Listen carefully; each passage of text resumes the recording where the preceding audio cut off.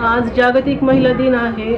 महिला मुक्ती दिन म्हणून आपण साजरा करतो, पण खरंच तो महिला मुक्ती दिन म्हणून एक दिवस साजरा केल्याने आपण मुक्त आहोत का?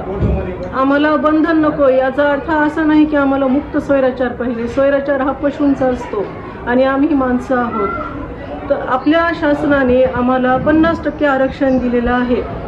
मान्य 50% आरक्षण दिले. त्या आरक्षणाच्या माध्यमातून महिला प्रत्येक क्षेत्रामध्ये, फक्त सामाजिक क्षेत्र नाही, वैद्यकीय क्षेत्र, संपूर्ण भारतामध्ये राष्ट्रपती पदापासून ते पार आपल्या स्वच्छता करणाऱ्या महिलांपर्यंत सर्वत्र महिला आहेत.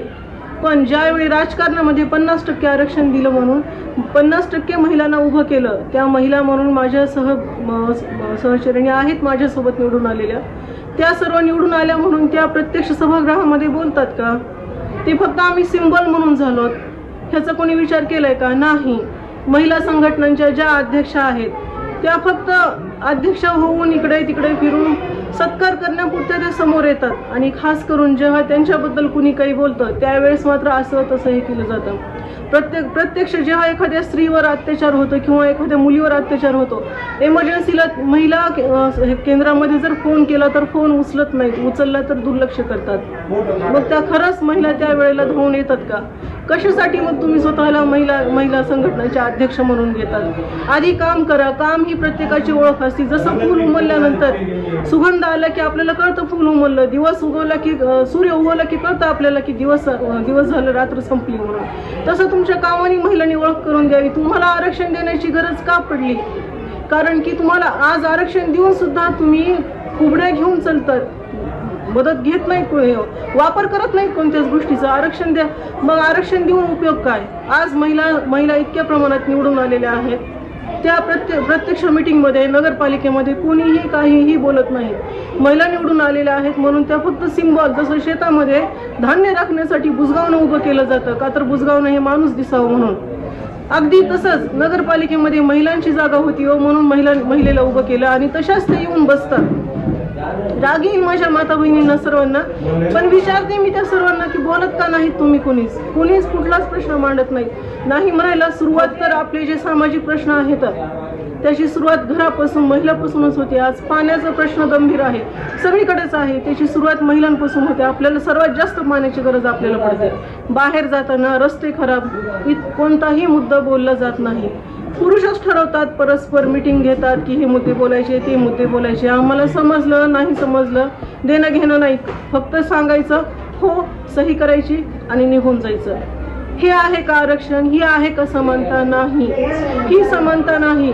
ज्या वयाने मोठ्या आहेत महिला, ज्यांनी कधी घराच्या उमरासुद्धा पुरुषाला सोबत घेतल्याशिवाय ओलांडला नाही, त्या स्त्रियांना तुम्ही अचानक उभं करून सभागृहामध्ये पाठवतात.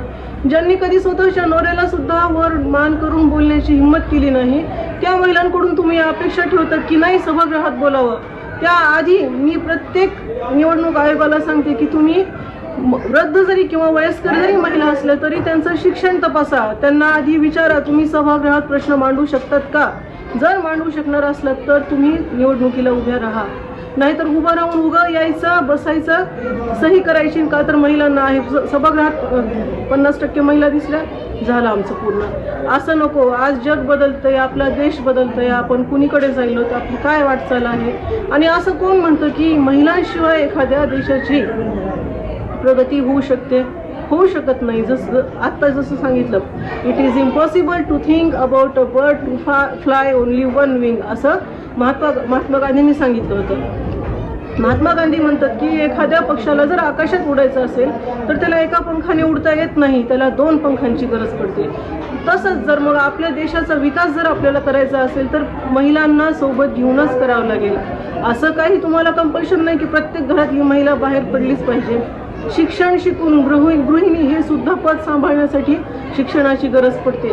पण ज्या वेळेस तुम्हाला कुठेही अडचण आली किंवा अचानक जेव्हा तुम्ही उभे राहतात तर तेवढं तुमचं ज्ञान घरामध्ये आहोत म्हणून असलं पाहिजे की गृहिणीत म्हणून तुम्ही नुसतं घरामध्ये घरकामच करण्यात नको, चौफेर ज्ञान असू द्या. स्वतःला तेवढं क्वालिफाईड करा, तितका अभ्यास ठेवा, तर ती खरी महिला. ज्या वेळेला कोणत्याही क्षणाला तुम्हाला जर कुठे बोलवलं तर तुम्हाला बोलता आलं पाहिजे. भाषणं पाठ करू नका. समोरची परिस्थिती, सध्याचं वातावरण बघून बोला तुम्ही. ते महिला सक्षमीकरण झालं. दुसरं त्याला जोडून असा प्रश्न होता मॅडम की अलीकडं या समाजामध्ये ज्या पूर्वी म्हणजे इथल्या शैलाभाभी लोहिया असतील किंवा राज्यस्तरावर एवढ्या महिलांच्यासाठी लढणाऱ्या महिला कार्यकर्त्या होत्या, आज कुठेही महिला संघटना नाही. त्या संदर्भात तुमचं काय मत आहे की आजचा जो महिला दिन आहे त्या निमित्तानं या महिलांच्या आरक्षणाच्या नंतरचे जे प्रश्न आहेत ते संपलेत का? मग महिला संघटना कुठेच का दिसत नाही? त्यावर तुमचं काय मत? प्रश्न संपले नाहीत सर. महिलांना 50% आरक्षण दिलं आहे. मी तुम्हाला आधीच म्हणाले की त्या फक्त सिम्बॉल म्हणून वापरल्या जातात. जिथं शिक्षणाचा विषय येतो तिथंच फक्त महिलांचं खरं टॅलेंट दिसतं. राजकारणामध्ये तर कुठेच टॅलेंट दिसत नाही. आणि जसं की तुम्ही सामाजिक समाजसेविका लोहियाताई यांच्याबद्दल ते बोललात, तर ते आता त्या सध्या कुठे आहेत माहीत नाही. एक म्हणून एक विशिष्ट ह्याच्यापर्यंत मला पद मिळालं, माझं नाव झालं, मी मोठी झाले, माझ्या नावाच्या भोवताली वेगवेगळे हे आले, अशा आहेत तशा आहेत, इतकं ज्ञान आहे, एक महिला समाजसेविका आहेत, एवढं भेटलं की महिला गप्प बसतात. असं का? तुम्ही जर महिला आहात, महिलांसाठी काम करत आहात, तर कुठल्या पदाशिवाय शेवटच्या क्षणापर्यंत महिलांसाठी बोलायला पाहिजे. आज समाजात एवढे ज्वलंत प्रश्न आहेत, मुली एवढ्या बेफिकीरपणे बिनधास्तपणे शिक्षणासाठी बाहेर पडतात, तितक्याच त्या असुरक्षित झाल्या आहेत. का? तर मी आज त्या महिलांना प्रश्न करते की ज्यांचे मुलं खुल्या सांडसारखे समाजामध्ये फिरून स्त्रियांची आबरू लुटतात, त्या मुलांच्या आईला आणि वडिलांना विचारते की तुम्ही तुमच्या मुलं काय घडवायला? जर तुम्हाला पुढे यायचं नाहीये, येऊ नका. तुम्ही नाही तुम्हाला राजकारणात यायचं, किमान तुमची मुलं छत्रपती शिवाजी महाराजांसारखी तरी घडवा की जेणेकरून बाकीच्या महिला भगिनी माझ्या लेकी समाजामध्ये निर्भीडपणे बाहेर वावरू शकतील. ह्या विषयावर सामाजिक संघटनांच्या महिला अध्यक्षा बोलतात का?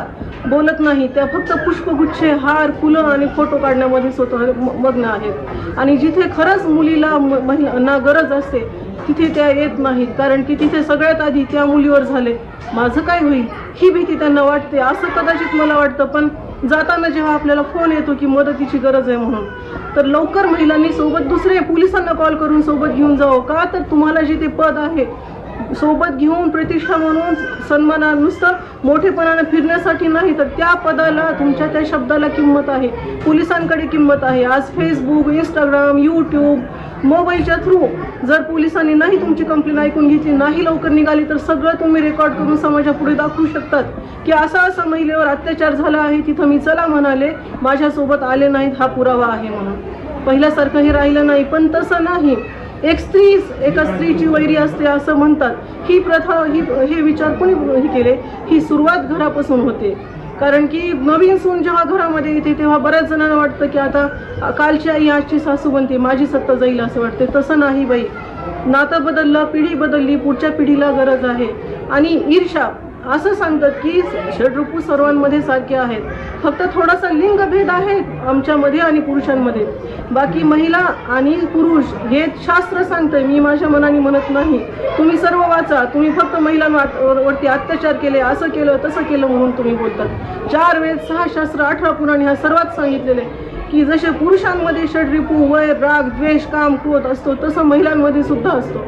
पण तो इतका ज्वलंत ह्याच्यापर्यंत जातो की ती तेवढ्या पुरता फक्त विचार करते की आज मी माझा आहे ना, ती मेली तर मरू दे, पण ती पण एक महिला आहे. आज तिच्यावर आहे, उद्या तुझ्यावर, परवा तुझी मुलगी बाहेर जाईल, तेव्हा ती सुरक्षित राहील का? ह्यासाठी महिला संघटनांच्या ज्या अध्यक्ष आहेत त्या जागोजाग महिलांचे मेळावे घेतात का? मार्गदर्शन करतात का? महिला कॉलेजमध्ये, शाळेमध्ये जाऊन कार्यक्रम घेतात का? मुलींना मार्गदर्शन करतात का की तुम्ही तुमचं स्वतःचं प्रोटेक्शन असं करा, असं राहा, तुम्ही काही प्रोटेक्शनसाठी स्वतः काही शिका, कराटे वगैरे शिका. ह्या गोष्टी तुम्ही महिला संघटनांच्या अध्यक्षा मुलींना मार्गदर्शन करतात का? त्या करत नाहीत सर. माझा शेवटचा प्रश्न असा होता की ज्या आरक्षणामुळे महिला निवडून येतात त्या सभागृहामध्ये स्वतः प्रश्न तुम्ही अपवाद आहात त्याच्यामध्ये, कारण निवडून आल्यानंतर तुम्ही अंबाजोगाईच्या नगर परिषदेमध्ये पहिल्यांदा बिनधास्तपणे आपले तुम्ही भूमिका मांडली, मात्र निवडून येणाऱ्या महिला या सर्व सभागृहामध्ये का व्यक्त होत नाहीत या संदर्भात तुम्हाला काय म्हणत, त्यांना काय तुमचा या आजच्या महिला दिनानिमित्त हे असेल संदेश असेल? आता मी वैयक्तिक माझ्या स्वतःच्या अनुभवावर सांगते की ज्या सभागृहामध्ये मी नगरसेविका म्हणून निवडून आलेली आहे त्या सभागृहामध्ये काही माझ्या बरोबरच्या आहेत, काही माझ्यापेक्षा वयाने मोठ्या आहेत, माझ्या बरोबरच्या ज्या बहिणी समान, ज्या आई समान महिला आहेत, त्यांना मी आवाहन करते की तुम्ही कोणतीही भीती बाळगू नका. तुम्ही इतकं सुंदर स्वतःचं घर, मुलं सांभाळले, संस्कार दिले, तर तुमच्यामध्ये आत्मविश्वास का नाही की आम्ही सभागृहात आलो तर आम्ही बोलू शकतो? तर तो आत्मविश्वास तुमच्यातला जागा राहू द्या आणि तुम्ही अनुभवाने मोठ्या आहेत ज्या माझ्या आई समान महिला आहेत त्यांना आवाहन करते की त्या अनुभवाचा, त्या आत्मविश्वासाचा अनुभव आल्यानंतर ज्ञान येतं, ज्ञान आल्यानंतर बोलण्याचा कॉन्फिडन्स येतो सर. तर त्या अनुभवाचा तुम्ही उपयोग करा. समाजामध्ये काय प्रश्न सुरू आहेत काय नाहीत हे तिथं नगरपालिकेत येऊन बोलण्यासाठी. कारण की आपण तिथे येऊन फक्त सुंदर साडी नेसून पॉकेट घेऊन बसण्यासाठी आलेलो नाही. आपण त्यासाठी आलो की ज्या गरीब जनता मायबाप जनतांनी आपल्याला त्यांच्या समस्या सोडवण्यासाठी आपल्याला निवडून दिलेलं आहे. ते प्रश्न सोडवण्यासाठी आपण तिथं आलो. आत्ता ना आज नाही तर किमान उद्यापासून तुम्ही सुरुवात करा. कारण की उद्या आपला जागतिक महिला मुक्ती दिन आहे. त्यावेळेस तुम्ही मुहूर्त साधा. आणि मग सर्व मी माझ्या बहिणींना मी विनंती करते की तुम्ही सभागृहात बोला. त्यासाठी तुम्ही आला आहात. आता हे जुना काळ नाही. आपली मीटिंग लाईव्ह सुरू असते. त्यावेळेस पत्रकार म्हणतात की कोणतीही महिला प्रतिनिधी बोलत नाही, मग निवडून कशासाठी आलात. मग आपल्याकडे कुणी बोट दाखवून या. आपल्यात तेवढं टॅलेंट आहे तर ते सिद्ध करा. भांडण्यासाठी बाहेर जर तुम्हाला जोर येत असेल तिथं महिला फाड बोलतात, शिव्या देतात. मी म्हणते हे टॅलेंट तुम्ही चांगल्या कामासाठी सभागृहात का वापरत नाही. अशी कोणती महिला आहे की जी बोलू शकत नाही सर. भांडण झाल्यास तर सर्व कुळांचा उद्धार करते. मला सांगा मग तुम्ही त्यांना मी विचारते तुम्ही सभागृहात का बोलत नाही. तुम्ही बोला सभागृहात. तुमच्या मुलांना सांगा मी फिरले वार्डमध्ये अशा समस्या होत्या, ह्या समस्यांबद्दल मला बोलायचं आहे, मी बोलणार आहे म्हणून.